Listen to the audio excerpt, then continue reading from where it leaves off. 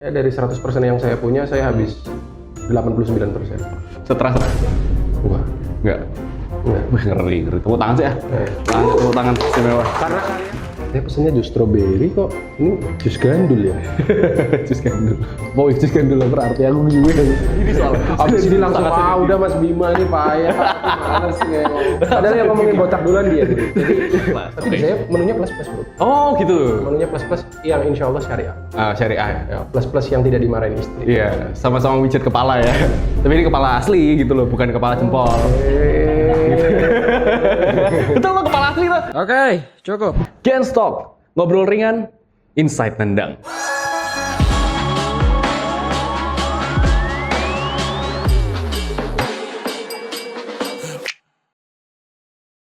Dilem tuh. Iya, oke. Nomor 49 gitu. Oh iya. Iya sih, tapi Iya, masih kita sudah mulai. Oh, sudah. Hari ini selamat datang di Gen Z Talk. Kita punya tamu yang istimewa hari ini. Wah, karena ibaratnya roller coaster.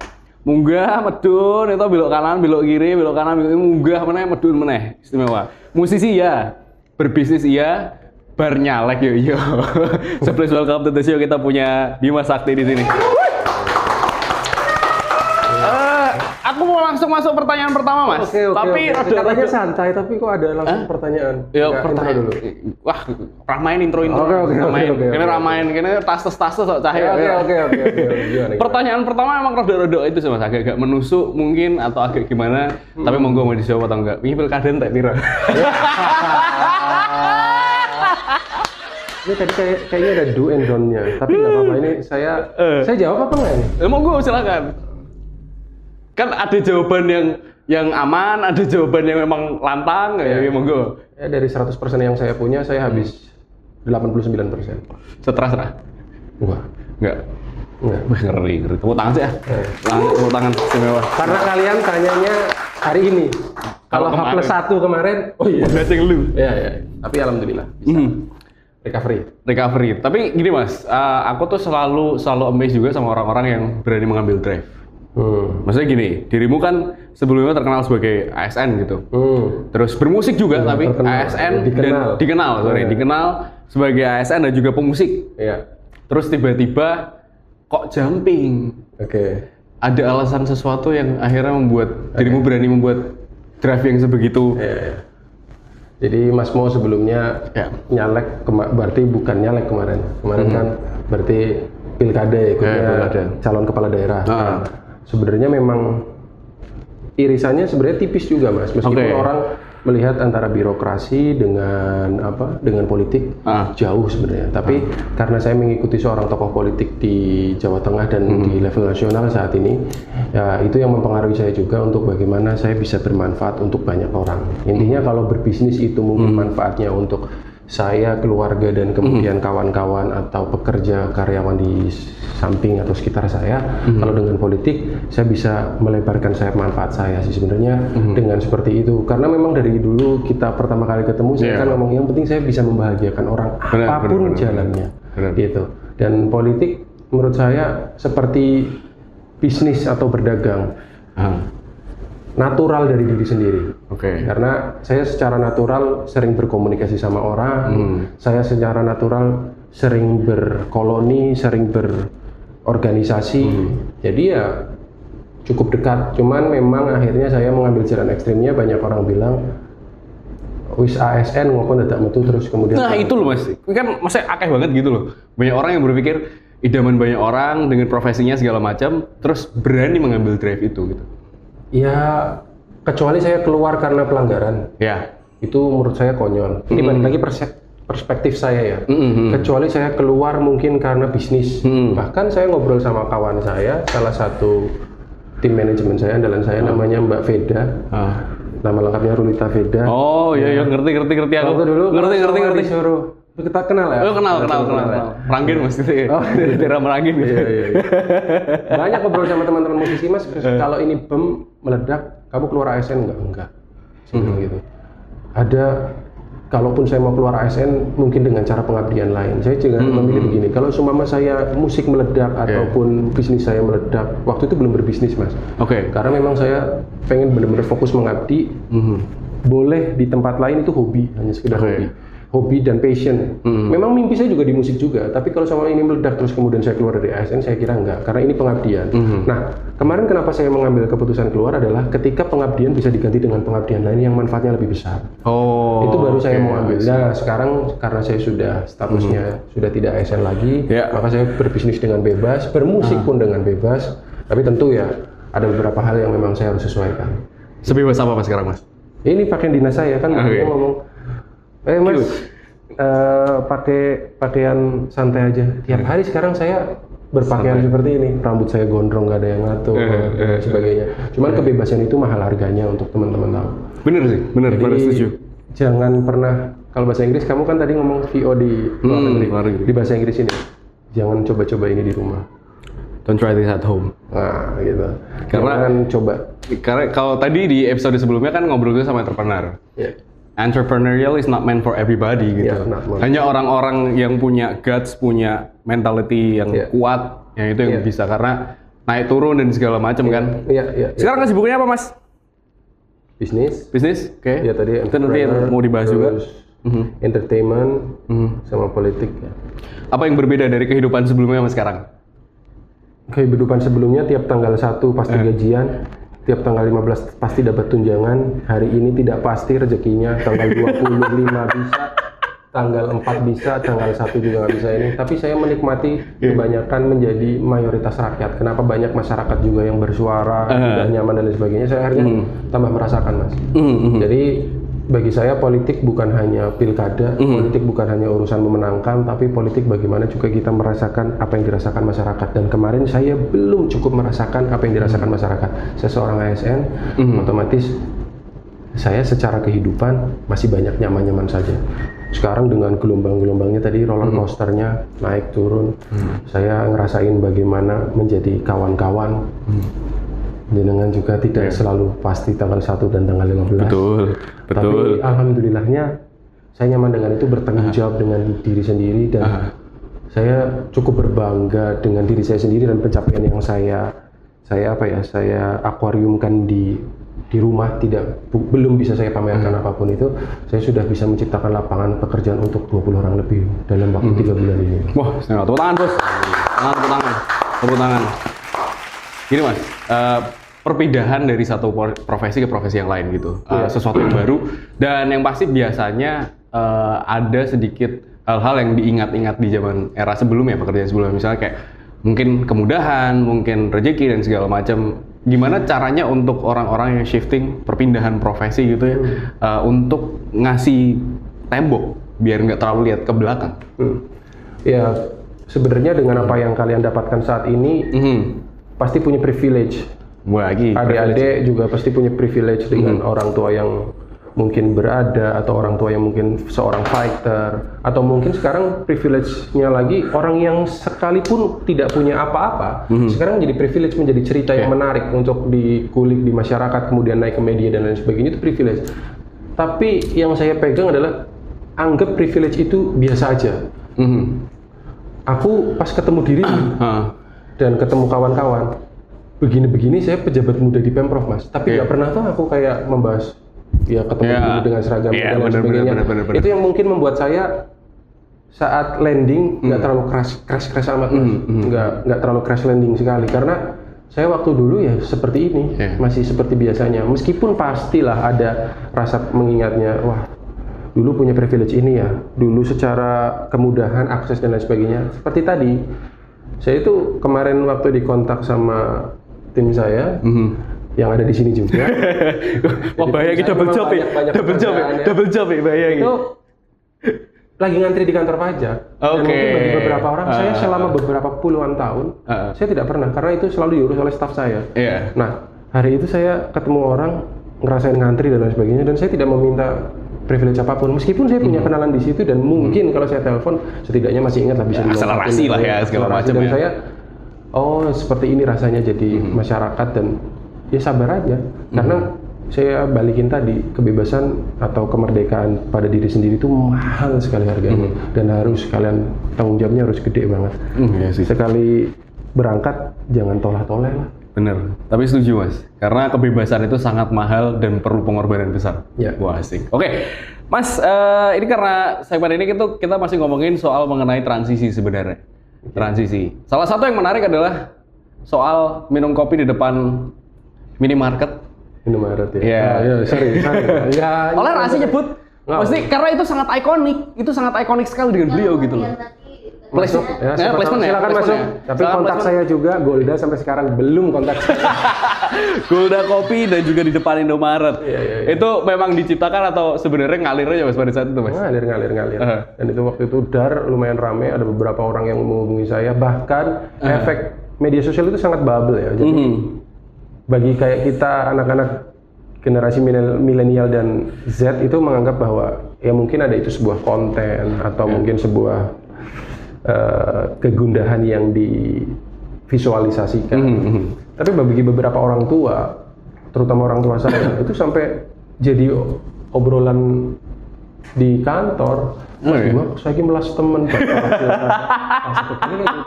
melas temen berkalah pilkada orang jadi bupati. Sekarang nongkrong di depan Indomaret terus. Ya sebenarnya itu momentum yang saya tangkap. Saya memang waktu itu sering mengakhiri ya, bukan mengakhiri ya. Mengakhiri kok tragis banget gitu ya. Tragis banget. Ini apa namanya? Ya mengakhiri kegiatan sebenarnya, mengakhiri kegiatan atau menghabiskan waktu dengan nulis. Seperti lagu yang saya rilis kemarin beberapa bulan lalu. Itu memang benar-benar saya tulis saat saya selalu menulis lagu dengan keadaan yang saya sedang rasakan atau orang lain sedang rasakan. Jadi POV yang saya buat seperti itu. Kalau nggak saya sedang rasakan, orang lain rasakan, coba saya tulis.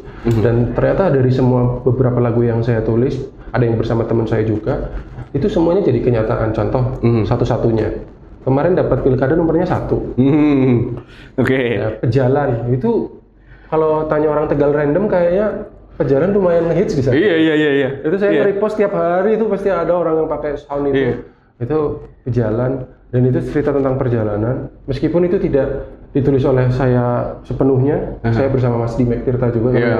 Kalau yang lain, lagu lain, 90% tulisan saya semua. Jadi yang lain kayak satu-satunya Jalan Hidup, itu benar-benar saya tulis benar-benar sendiri waktu itu lagi ya di Indomaret itu juga. Itu momennya memang pada saat itu posisi setelah kalah pilkada, terus menghabiskan waktu di situ terus dikontenin, atau sebenarnya punya kebiasaan itu memang sebelumnya kan nggak semua kehidupan pribadi saya dikontenin. Betul. Saya tahu lah, saya hanya mengkontenkan terkait dengan musik saja. Betul. Kan selama ini. Cuman setelah kalah pilkada ini, tim saya sampai sekarang tidak mau move on dan mereka maunya ikut saya ke Semarang, dan sekarang ada beberapa yang udah di Tegal. Jadi videografer semua masih lengkap tuh. Sampai beberapa bulan di Jakarta apa semua ngikut semua. Jadi kayak aku lagi kayak gitu ya, mereka Mas tak ambil ya. Karena memang sampai sekarang videografer saya pun masih ikut, dan ini saya jadikan tim di Best Pangkas Rambut. Gitu. Jadi saya jadikan di tim salah satu usaha saya yang akhirnya tadi saya mau ajak, tapi saya ingat di sini ada tim saya juga. Ngapain? Jadi kayaknya gampanglah nanti footage-nya minta ada tim saya yang di sini gitu aja. Soal topi, karena topi itu sangat ikonik sekali Mas. Itu gimana tuh cerita itu? Topi Luffy, gitu kan? Betul. Ini boleh ngerokok ya? Boleh dong. Boleh minta ya? Monggo silahkan. Kita santai Mas ya. Saya menyesuaikan hostnya, Mas Mo. Rada lucu sih diundang Musi, tapi kok ya wis kadung rebranding. Ada orang rebranding diceritain di depan kamera, itu keren banget. Tidak apa-apa. Tidak apa-apa.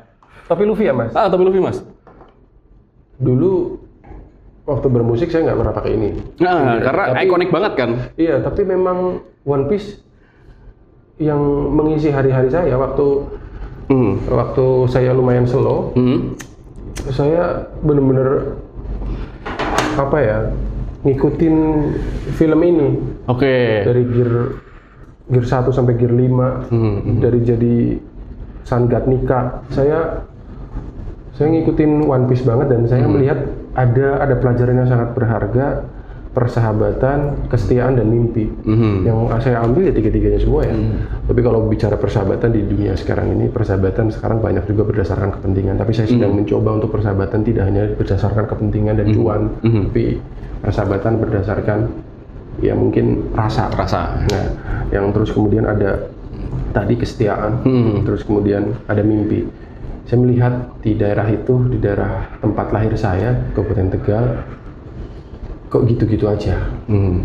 Saya tergugah dengan slogan Pankai Kiai Bae, dengan topi One Piece. Bahkan ini masuk ke namanya Opel Lovers Indonesia. Di Facebook tuh grupnya gede banget. Dan itu membahas tentang One Piece, One Piece Lovers. Ketika baliho saya keluar, dan itu nggak by design, benar-benar ditangkap oleh orang, dan di situ dibahas jadi kayak apa ya? Jadi kayak pembahasan di Indonesia. Ini ada orang yang seneng banget sama One Piece dan paham banget. Saya tidak hanya gimmick loh mas.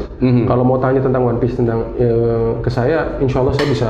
Khatam lah ya mas ya? Khatam ya. Makanya saya sampai sekarang melekat dengan ini, dan yang list merah ini saya sudah serahkan ke salah satu pendukung saya. Meskipun saya akhirnya beli lagi karena ini kan pesen nih. Pesen di UMKM juga. Akhirnya saya menggunakan ini, kok lama-lama nyaman, dan rambut saya kemudian lagi panjang, lagi mulai memanjang, enak pakai ini. Dan saya selalu ingat kalau pakai topi ini, oh ini topi di mana saya berjuang bareng sama masyarakat dengan segala kekurangan saya, dengan segala yang saya punya, mereka memilih saya tanpa saya bayar 1% pun. Dan itu salah satu portofolio saya yang akan saya ceritakan ke anak cucu saya nanti, bahwa bapak ibu yang ada di foto ini, mereka datang ke lapangan, mereka datang ke tempat di mana saya hadir, tidak saya bayar, bahkan akomodasi kaos mereka bikin sendiri. Saya hanya menyediakan, saya membayar artis yang datang, pun itu yang nyanyi juga kebanyakan saya, kayak gitu mas. Jadi mereka benar-benar kayak, ini saya sebut politik cinta sih. Politik cinta ya. Wah, pas banget untuk segmen 1. Jangan kemana-mana, Gen Z Talk habis ini bareng sama Bima Sakti bakal kembali lagi.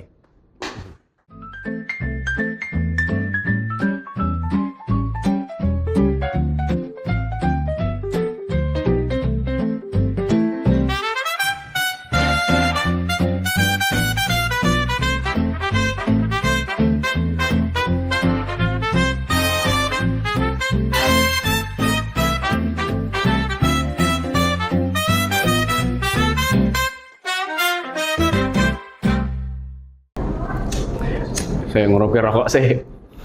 Gak apa-apa, di tag bagus. Iya. Cik ngomongnya MacBook tok mau ngeri ya, sepatu ngeri ya. Oke, kita balik lagi ke Gen Z Talk. Di segmen kedua kita mau ngomongin soal pangkas rambut tapi nggak pangkas mimpi. Ngeri. Nggak pangkas? Mimpi. Nah, copywriternya dulu dong. Timnya jenengan juga. Andalan gue tuh. Andalan ya. Tapi gini mas, setelah tadi transisi gitu dari masuk ke dunia politik praktis. Terus akhirnya sekarang shifting berbisnis gitu. Kalau tadi dari luar kita sempat ngobrol-ngobrol bareng-bareng ya tadi ya, bahwa sebenarnya keinginan berbisnis itu sudah lama sebenarnya. Dari kapan sebenarnya mas? Kalau dibilang bisnis, saya dari sekolah ya mas ya. Oh dari sekolah? Jujur aja waktu saya sekolah juga jualan pulsa elektronik.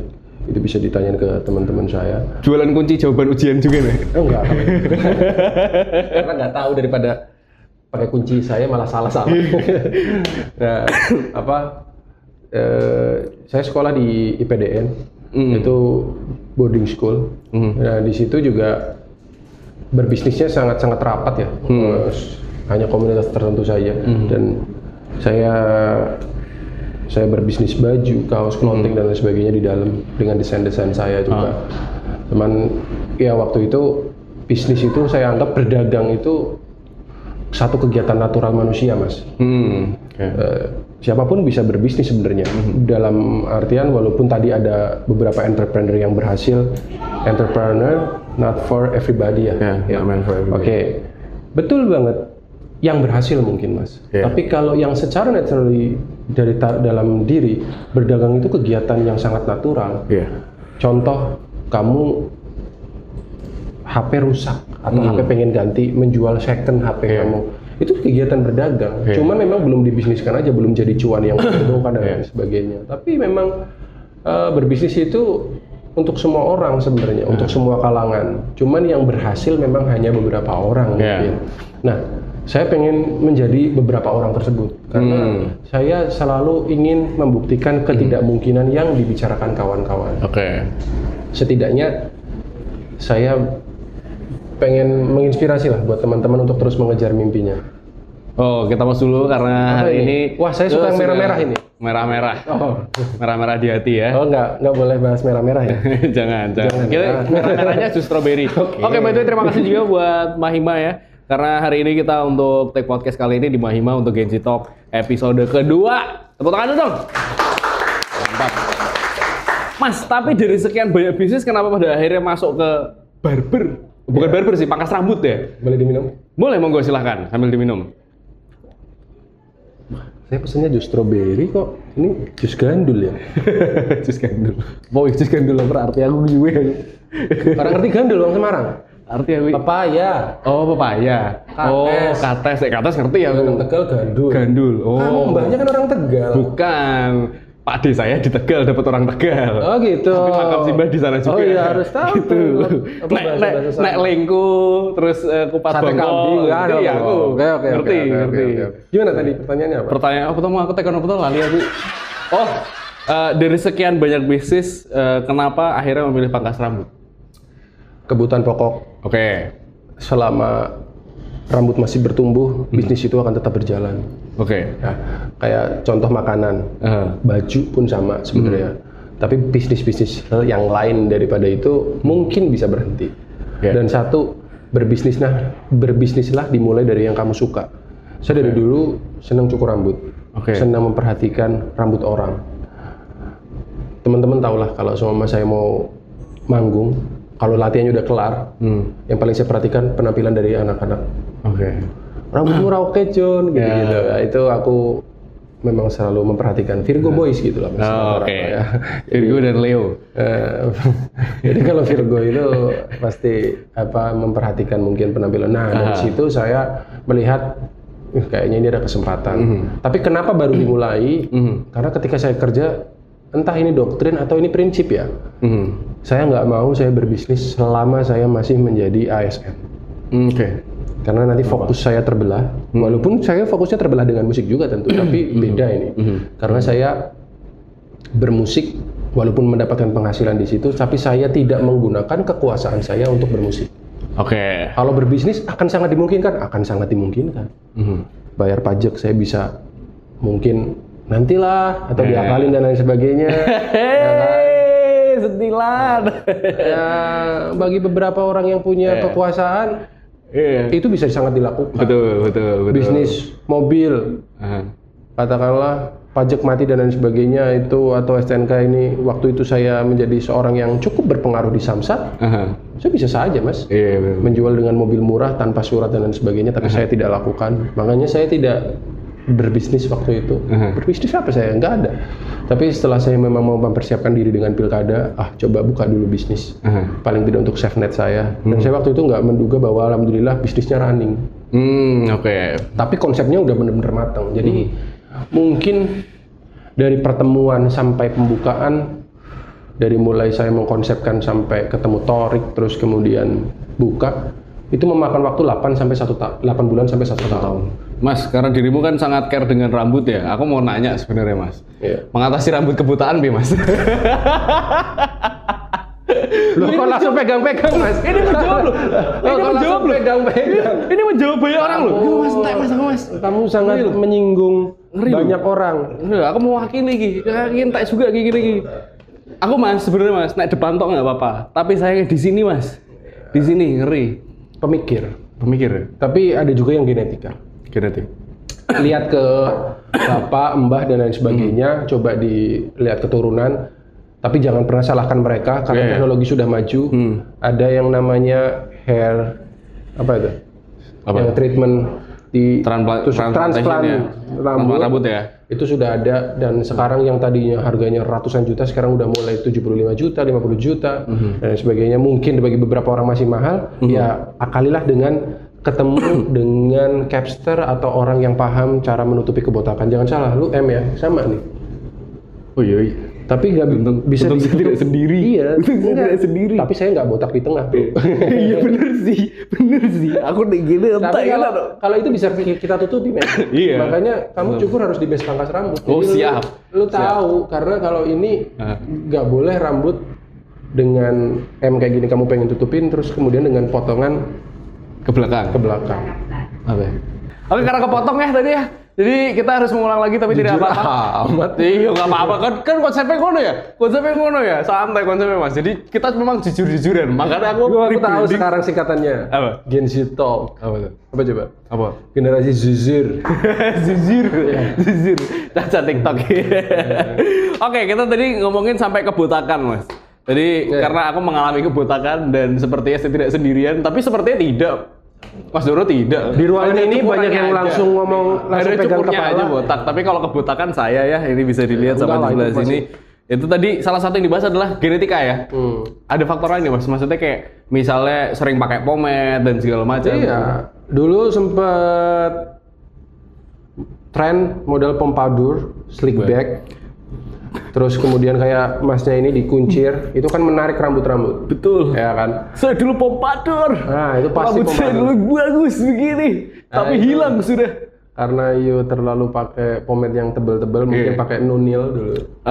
Aku pakai Muris extra heavy lagi. Iya, extra heavy. Di tiap hari yang shampooan harus 2 kali. Betul, walaupun saya tahu formulanya untuk menghilangkan hanya shampooan 1 kali. Ya, itu dikosok. Iya, benar. Nah, jadi itu yang mungkin juga berpengaruh, tapi jangan pernah salahkan genetika atas bentuk tubuh Anda. Aduh, aku pesek gara-gara orang tua aku kurang mancung. Men, semua punya kelebihan masing-masing, jadi jangan pernah nyalain genetika, apalagi hanya perihal sekecil rambut. Rambut itu semua bisa diakalin. Contoh rambut agak bidang kayak gitu. Dari tadi aku sebenarnya sorry banget silau bro. Memang Mas, aku menyadari. Harusnya aku pakai topi, aku gue topi loh. Kayak gue canda. Aku menyadari ya Mas, aku sadar diri soalnya. Abis ini langsung, udah Mas Bima nih payah. Aku males ngomong. Padahal yang ngomongin botak duluan dia. Jadi sebenarnya bisa diakali dengan tempat cukur rambut yang benar. Bertemu dengan hairstylist yang oke. Bisa ditutupi dengan itu. Atau mungkin secara natural, kayak saya tadi tunjukin bahwa saya juga sama punya agak M ke atas kalau saya ini, akhirnya saya tutupi dengan rambut yang panjang seperti ini, panjang. Dulu sebelum panjang seperti ini mengalami jelek dulu Mas, poni segini doang, diprotes sama manajer saya. Apa sih? Rambut kayak gitu. Ya tunggu dulu orang diproses. Iya, prosesnya memang jelek kayak gini. Tapi akhirnya memanjang dan sekarang udah nggak diprotes lagi. Karena memang rambut untuk pemanjang itu mengalami proses jelek dulu. Nah, saran saya adalah membiarkan rambut jenengan ini, kalau saya lihat membiarkan rambut jenengan agak panjang, terus kemudian nanti di French crop, depannya agak diponi gitu. Karena rambutnya tidak terlalu mengombak, walaupun kalau panjang pasti ada ombak-ombaknya, dan itu bisa untuk menutupi depannya dahi yang mungkin besar. Cuman nanti akhirnya jadi kayak anak muda banget. Tapi nggak apa-apa, itu pilihan. Dan kalau betul. Iya. Atau kalau memang udah botak ya udah di fullin botak aja, dan sekarang masih style kok orang-orang botak tuh keren-keren. Sayangnya Mas, aku mau botak asalkan punya brewo. Saya tidak punya brewo. Bisa pakai minoxidil. Sudah pernah nyoba tapi tidak berhasil juga. Tapi anyway Mas, kita ngomongin soal, karena ini kita berurusan dengan rambut. Mas Bima ini salah satu bisnisnya adalah tempat cukur. Iya. Namanya Best Pangkas Rambut. Iya. Kasih lihat dulu dong kaosnya dong. Wasik. Ini session 1, yang session 2, 3, 4-nya ada juga nanti akan rilis. Top collection-nya ada juga yang featuring dengan Presiden Republik Indonesia. Jadi nanti di sini ada beberapa gambar Presiden Republik Indonesia, ada 8. Kita nggak tahu yang ke-9 siapa, mau pada dukung siapa, saya juga tidak tahu. Tetap ya dalam hati. Tetap ya, karena pernah masuk ke politik praktis, giringannya ke situ terus ya. Kok saya ke situ terus. Oh iya, Presiden. Karena saya sesama, selevel, jadi saya mau ngomong. Betul. Jadi bupati jadi presiden bro. Betul. Presiden di tempatnya sendiri. Wah, kerajaannya sendiri. Wah, kita ngomong kerajaan. Sebenarnya itu Presiden Best Pangkas Rambut saya ciptainnya sebelum pilkada apa udah ya? Pas berjalan. Ya, pas berjalan. Ya itulah. Ya, ada presiden, ada juga yang featuring dengan KPK. Jadi para tersangka. Saya tongolin di situ satu-satu para koruptor. Itu nanti akan jadi edisi di kaos saya. Terus kemudian ada tokoh 2024 dan sebagainya. Kalau ini anak-anak teman-teman saya yang membantu saya dan kawan-kawan yang masih saya anggap sahabat-sahabat saya juga. I see. Tapi ceritanya untuk membuka bisnis barber ini kan juga nggak ujuk-ujuk toh. Dipikirkan secara matang sebenarnya. Cerita soal itu, Mas. Kalau dipikir-pikir saya 8 bulan sampai 12 bulan, 1 tahunan kurang lebih. Itu memikirkan saya harus usaha ini. Kira-kira bisnis sampingan saya ini apakah saya nanti tergoda dengan untuk memanfaatkan privilege saya enggak ya? Itu yang benar-benar saya jadikan saya pertimbangan di setiap membuka bisnis.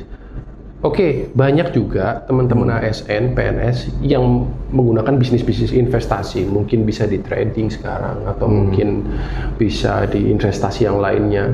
Saham. Jangan, sekarang jangan. Lagi merah, jangan. Merah lagi enggak ini kok. Bukan itu ya? Bukan, kan ngomongnya saham. Sedang berbahaya sekarang. Ke tempat yang lain aja. Seperti membuka ini ya, base pangkas rambut ya. Apapun ada resikonya ya. Betul. Kalau kamu beresiko silakan di PNS aja. Itu sedikit resikonya. Kadang-kadang lah kalau lagi pusing banting spidol sambil balik lagi ke PNS ya. Tapi ya memang kebebasan sangat mahal harganya. Betul. Harganya bukan hanya bab uang, tapi bab mentality, terus kemudian bab bagaimana prinsip. Kita orang ngomong bahwa PNS kerja office hour dan lain sebagainya. Di Lala saya bekerja dari mulai dulu PNS tidak pernah di tempat yang santai. Ya paling 2 tahun dari 14 tahun saya pengabdian. Paling hanya 2 tahun saya bekerja di yang office hour. Tapi selain itu saya memang benar-benar pulang malam, berangkat pagi. Kok malah ini PNS kan pertanyaannya pangkas rambut. Bagaimana? Karena PNS sama pangkas rambut dekat, Mas. Oh dekat, oke, PNS siap. itu pegawai nyukur sirah. Pegawai nyukur sirah. Jadi saya mau ceritain bahwa ini sangat berkaitan, Mas. Oh, sangat berkaitan. Iya. Kenapa saya buka pangkas rambut? Itu erat halnya. Ini bisnis yang paling mungkin menurut saya waktu itu tidak berisiko untuk memanfaatkan privilege saya. Itu makanya saya bilang tadi mengklarifikasi apa yang saya omongkan bahwa banyak juga ASN yang mungkin berbisnis aman dan tidak memanfaatkan privilege. Cuman saya takut bahwa nanti saya jangan-jangan memanfaatkan privilege saya sebagai seorang pejabat. Ya ini yang saya kurasi benar dan akhirnya ketemulah pangkas rambut dan tadi udah ceritain berawal dari suka, men. Berawal dari suka, berawal dari paham. Banyak teman saya capster juga. Terus akhirnya selama 1 tahun itu develop. Saya kapan mulainya? Waktu itu ada event pilkada. Saya mulai ada nggak ya kesempatan saya kesini untuk mengabdikan di tempat lain. Saya akan menseriusi base pangkas rambut ketika saya sudah keluar dari ASN. Kebalik ya, banyak orang yang keluar dari ASN 70% sih sebenarnya karena pelanggaran ya mereka ya. Yang keluar dari ASN secara data itu kebanyakan karena pelanggaran, insubordinasi dan lain sebagainya, pidana dan lain sebagainya. Terus kemudian selain itu adalah berbisnis. Nah, harusnya berbisnis dulu lancar baru keluar dari ASN. Tapi kalau saya balik cara pandang saya bahwa saya harus keluar dulu baru saya berfokus berbisnis. Meskipun itu sangat berbahaya. Mas. Karena untuk bulanan dan lain sebagainya pasti Iya, karena kan biasanya kan ada bulanannya terus tiba-tiba sekarang harus gaji orang ya kan. Tadinya kita digaji tapi sekarang menggaji. Tapi kita akan lanjut lagi di segmen ketiga, tetap aja di sini di Gen Z Talk ya.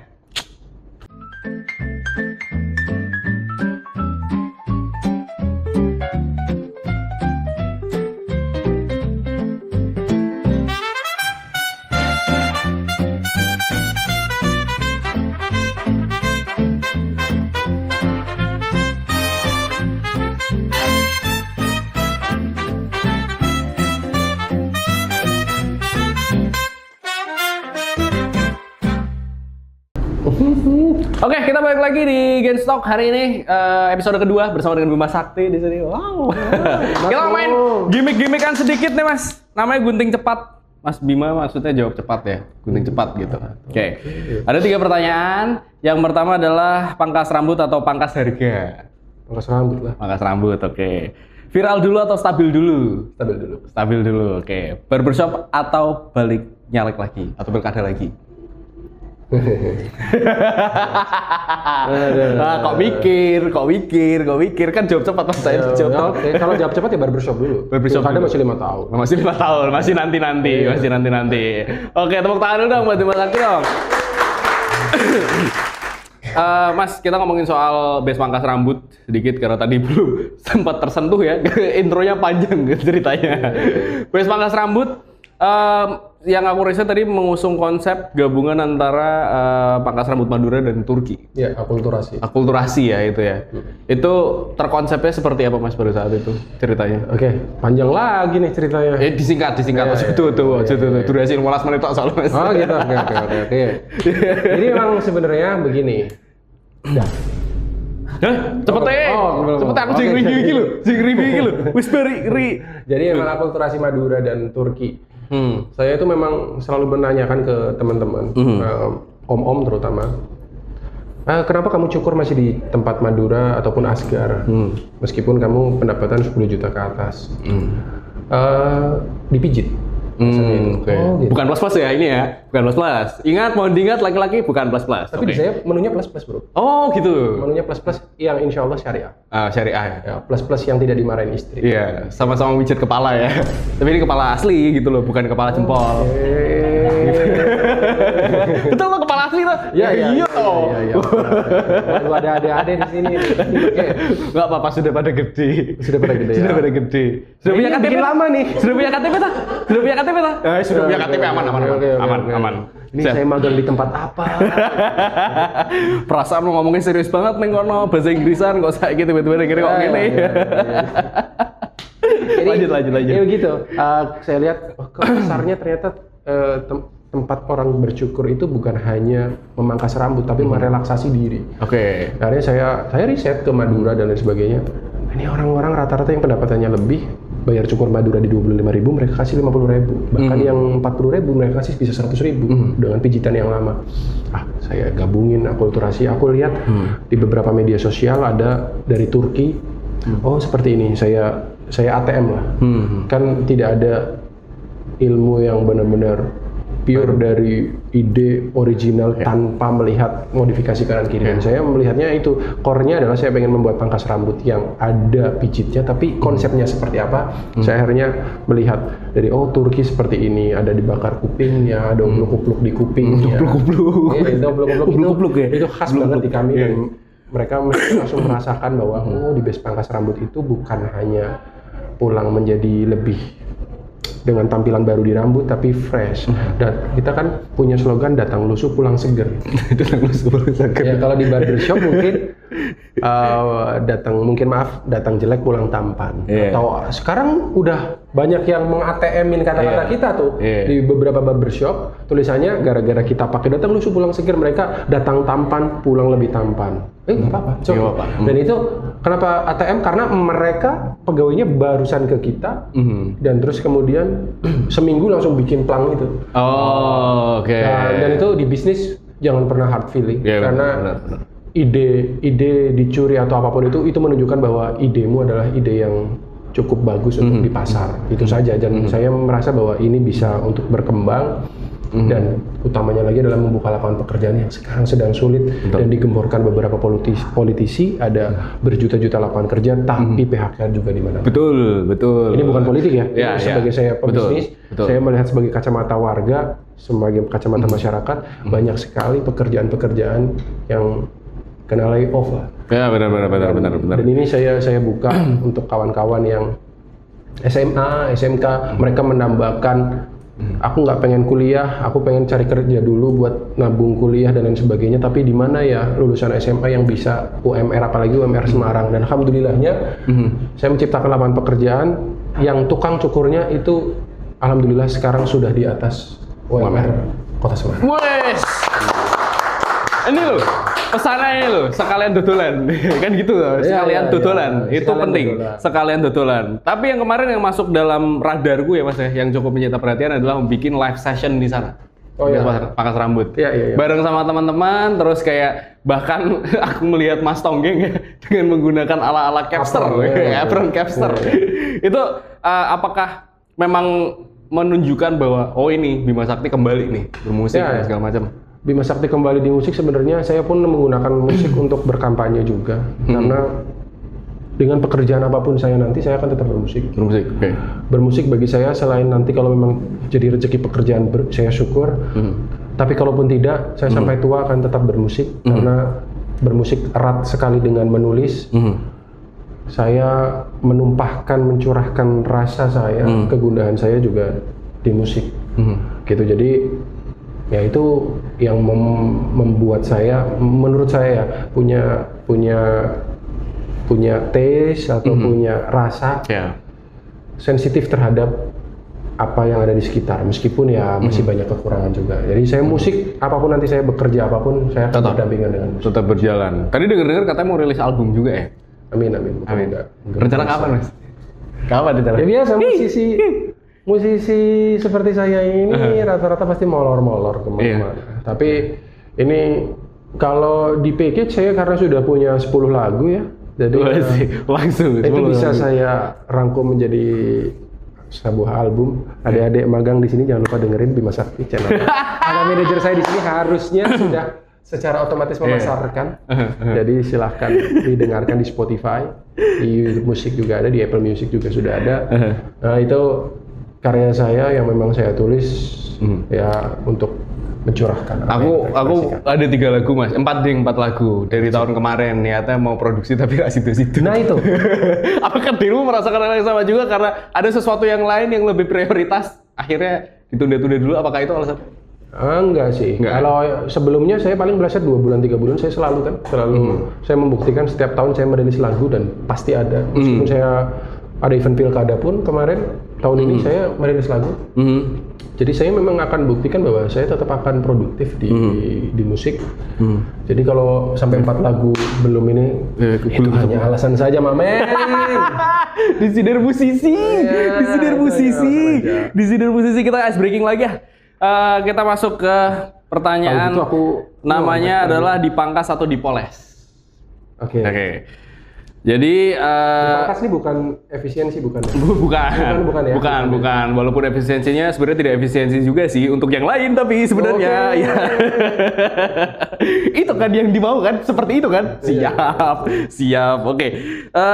Jadi nanti ada 4 bahasan.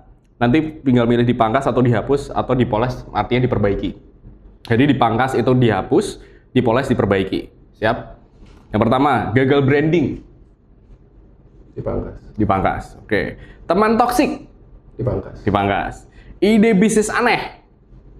Dipoles. Oke. Ekspektasi publik.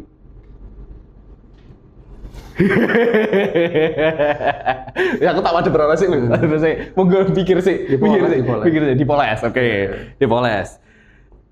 Citra mantan calon bupati. Oke.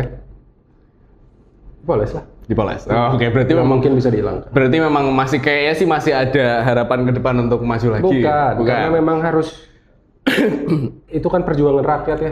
Jadi bukan hanya saya, bukan hanya keluarga saya. Jadi saya tidak akan mematikan mimpinya masyarakat. Makanya tidak mungkin saya cut seperti saya seorang mantan ASN. Cut jangan dibahas dong, saya seorang enggak, itu sebagai sebuah perjalanan. Ke depan mau saya bagaimana pun menjadi apa, saya tetap akan tidak akan memangkas hal ini. Tidak akan saya pangkas masa lalu, tapi saya perbaiki masa lalu. Asik, keren. Ngomongin soal, karena ini kan Gen Z ya, kita konsepnya agak-agak Gen Z gitu, walaupun sih nggak pakai milenial, rapopo. Tapi ngomongin Gen Z, salah satu yang hot item adalah soal toxicity. Itu jadi sesuatu yang sangat erat untuk dibicarakan. Nah, tadi soal teman toksik dipangkas. Berarti nggak setia kawan dong? Tadi kan ngomongnya setia kawan gitu, mencari sahabat. Mencari sahabat bukan berarti terus kemudian teman toksik kita jadiin sahabat. Saya punya banyak teman, tapi saya punya sedikit sahabat. Berbeda kalau meskipun itu hanya mungkin parafrase saja ya, atau kalimat saja, tapi bagi saya level teman, sahabat, soulmate itu punya tingkatan tersendiri. Jadi saya berteman dengan orang toksik sekalipun, tapi saya tidak bersahabat, makanya saya akan pangkas, Mas. Lebih baik dipangkas daripada rasan-rasan yang buruk. Betul. Jadi setia kawan itu yang satu frekuensi. Frekuensi. Dan frekuensi itu POV, Mas. Bagi beberapa orang yang mungkin punya jalan yang berbeda dengan saya, mungkin saya yang dianggap toksik, Mas. Bagi teman-teman, barangkali bagi teman-teman ASN, jangan dekat-dekat Bima. Dia punya pemikiran keluar dari PNS, bahaya dan sebagainya. Itu dianggap toksik bisa juga. Saya bisa dianggap toksik juga oleh beberapa kawan-kawan saya. Makanya selalu evaluasi diri, perbaiki diri. Kalaupun kita anggap mereka toksik atau menurut kita prinsipnya tidak sama, jauhi ya. Sesimpel itu. Jangan mencoba untuk memikirkan orang lain. Lu benar-benar dipikirin. Betul. Ngomongin ekspektasi, ini juga tadi yang masuk kan ekspektasi publik, tapi kita publiknya dihilangi aja, kita ngomongin ekspektasi. Dulu menilai ekspektasi seperti apa, Mas? Kadang-kadang kan anak-anak muda sekarang itu tuh kayak merasa bahwa validasi dan ekspektasi itu adalah sesuatu hal yang kaitannya erat. Ya tadi kan saya ngomong di Poles ya, bukan dihapus, karena ekspektasi itu mimpi, Mas. Ya. Slogan saya pejuang mimpi rakyat. Saya akan selalu memperjuangkan mimpi-mimpi kawan-kawan, mimpi-mimpi sahabat saya, terutama mimpi saya, untuk terus ada di depan saya. Kalau ada film 5 cm, setidaknya saya akan menggantungkan 10 cm supaya lebih kelihatan. Karena makin tua pasti makin plus, jadi akan saya jauhkan sedikit. Jadi justru malah ketok authenticity. Justru authenticity kan ketok, betul. Jadi saya gantungin 10 meter di depan saya, biarkan menggelantung terus, kemudian saya mengikuti mimpi-mimpi saya. Paling enak adalah berjalan di atas mimpi kita. Karena kalau anak-anak muda sekarang YOLO. You only live once. Yep. Kamu cuman hidup satu kali, maka nikmatilah hidup itu benar-benar dengan prinsip dan mimpi-mimpimu. Meskipun itu berat, meskipun itu sakit, meskipun itu banyak kesedihan, meskipun lebih banyak dramanya dibanding kehappy-annya, tapi this is life. Asik. Tadi ngomongin soal mimpi. Gimana caranya dirimu mencari titik tengah antara mimpi juga iya, tapi cari cuan juga iya, Mas? Karena kan mimpi kadang-kadang mengorbankan uang ya? Ya, gitu. pasti. Pasti kan? Tidak ada pengorbanan yang tidak terbayar. Tidak ada pengorbanan yang percuma. Tidak ada pengorbanan yang sia-sia dan tidak akan berlaku ke depannya. Jadi semua hanya perihal waktu. Sedih tidak mungkin selamanya, senang juga tidak mungkin selamanya. Pengorbanan pun sama, tidak mungkin sakit-sakit terus, tapi ke depan insya Allah akan ada. Makanya satu-satunya cara untuk kita berharap bisa mencuankan mimpi kita adalah dengan ekspektasi. Ada nih. Kalau akhirnya nggak ada, nggak apa-apa. Kamu berjalan dengan mimpimu, so be happy. Gitu, daripada ya mungkin terkekang dengan ini. Bukan berarti orang-orang yang bekerja di korporasi atau apapun itu ini nggak ada hubungannya, sorry. Karena you bekerja dimanapun, ASN atau korporat atau BUMN dan lain sebagainya, kamu juga bisa membeli atau membelah mimpimu di hal lain. Tapi tetap saja kamu harus mencari mimpi-mimpimu itu. Karena itu setuju sih, Mas. Setuju sih, karena buat aku pribadi yang salah adalah bukan kerjanya di mana, tapi yang salah adalah ketika nggak punya tujuan. Ya. Nah, itu. Wah, kayaknya pas banget ya menutupnya. Gak tau ya, wise banget loh kita loh pertemuan hari ini. Satu lagi. Apa lagi? Belum ditutup kan? Belum. Ini balik lagi tadi kan mau bahas politik. Saya tuh mikir kalau mau terjun ke politik kan tadi ngomong don't try it home. Tapi untuk teman-teman yang terjun di dunia politik atau di dunia spekulan lain, saya cuma pengen menyampaikan bahwa di politik jangan sampai kalah 3W. Apa tuh? Waktu, wong, sama wit. Apa tuh wit tuh? Wit tuh ini maksudnya? Wit. Meskipun urutan tadi harusnya di pertama adalah jangan kalah duit, jangan kalah orang, jangan kalah waktu. Oke, betul. Witnya tadi di awal ya saya. Betul. Saat saya maju, saya tahu tiga-tiganya saya kalah. Saya tahu tiga-tiganya kalah. Duit saya sama saingan saya jauh sekali. Terus kemudian nomor 2 wong, orang-orangnya atau organisasi atau partainya. Saya hanya satu partai, mereka semua partai diborong. Berhubungan dengan duit tadi. Terus kemudian time, waktu. Saya kalah karena saya seorang ASN, tidak mungkin saya sudah duluan berkampanye. Tapi ketiga ini saya balik, Mas, dari W jadi M. Mimpi. Wah, nah itu mimpi yang saya akhirnya, ini mimpi saya, ini mimpinya masyarakat. Kalah semuanya pun saya akan coba dengan bukti beberapa survei yang saya waktu itu sudah bisa dimenangkan dan lain sebagainya. Tapi karena memang 3W-nya ini kalah ya sudah ya. berat. Jadi kalau 3W-nya kalah, saya sarankan untuk berpikir ulang. Ini berdasarkan dari pengalaman saya. Tapi apakah saya menyesali karena kalah 3W terus kemudian berakhir dengan kalah? Tidak sama sekali. Tidak sama sekali. Kalau saya disuruh mengulang waktu, akan kuulangi hal yang sama, Mas. Calonkan diri lagi, meskipun kalah lagi. Asik. Bima Sakti everybody, tepuk tangan dulu. Thank you banget. Sehat-sehat selalu ya. Oke. Sehat-sehat selalu. Oke, ini dia Gen Stock ngobrol ringan, insight nendang. Kita jumpa lagi di episode berikutnya ya. Bye bye.